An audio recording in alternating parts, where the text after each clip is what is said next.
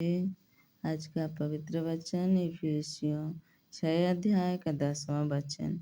आत्मिक युद्ध के हथियार। ये हमारे आत्मिक युद्ध के हथियार है हमारे प्रियो। आइए देखिए, हम पढ़ रहे हैं, इसलिए प्रभु में और उसकी शक्ति के प्रभाव में बलवंत बनो। हमें हमारे प्रियो प्रभु में और प्रभु के शक्ति के प्रभाव में हमें बलवंत बनना है। तो आइए हम देखते हैं, परमेश्वर के सारे हथियार बांध लो कि तुम शैतान की युक्तियों के सामने खड़े रह सको। आमीन। हमें प्रभु के सारे हथियारों को बांधना है। तो हमारे प्रभु के हथियार कौन सा है? आइए हम जानते हैं। हमारे प्रभु का हथियार ये वचन है, आराधना है, प्रार्थना है। जितना हम समय आराधना और प्रार्थना में हम बिताएं, प्रभु के वचन में बिताएं, तो हमारा यही हथियार है। तब यहाँ पर लिखा है, परमेश्वर के सारे हथियार बांध लो कि तुम शैतान की युक्तियों के सामने खड़े रह सको।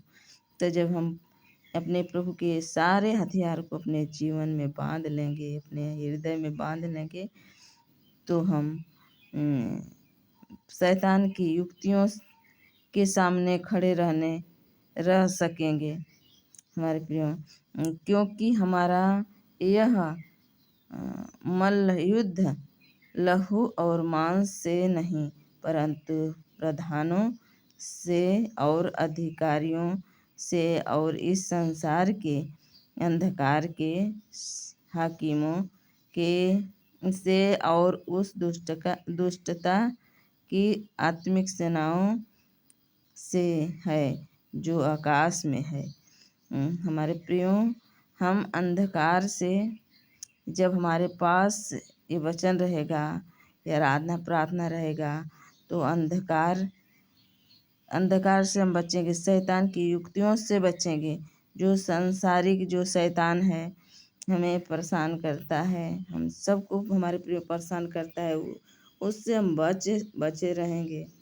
वो हमारा कुछ नहीं बिगाड़ सकता है हमारे प्रियो। हम सबको ये वचन, ये आराधना, ये प्रार्थना परमेश्वर का हमारे जीवन में रहना चाहिए, और हम इस वचन और आराधना प्रार्थना को अपने जीवन में रखें, ताकि शैतान से हम बचे रहेंगे हमारे प्रियो। जब प्रभु यीशु मसीह उपवास 40 दिन उपवास में थे, तो शैतान क्या क्या परीक्षा लिया। शैतान प्रभु का परीक्षा लिया, और वो कहा कि ये पत्थर रोटी बन जा, मतलब कहा कि ये पत्थर रोटी बना। तो परमेश्वर से डांट लगाया कि शैतान दूर हट जा। ये वचन, हम मनुष्य वचन से भी जी सकते हैं, केवल रोटी से नहीं।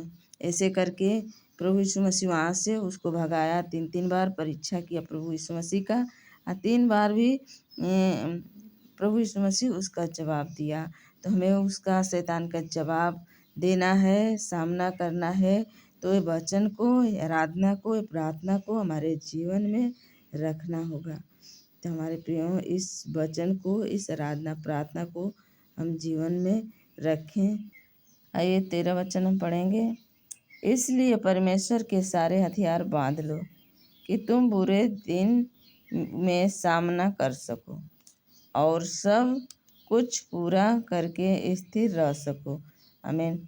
हमारे प्रियो, प्रभु पिता परमेश्वर समझा रहे हैं, हम सबको कह रहे हैं कि ये हथियार जो हम बांध लेंगे, तो बुरे दिन में, यहाँ पर लिखा है कि तुम बुरे दिन में सामना कर सको।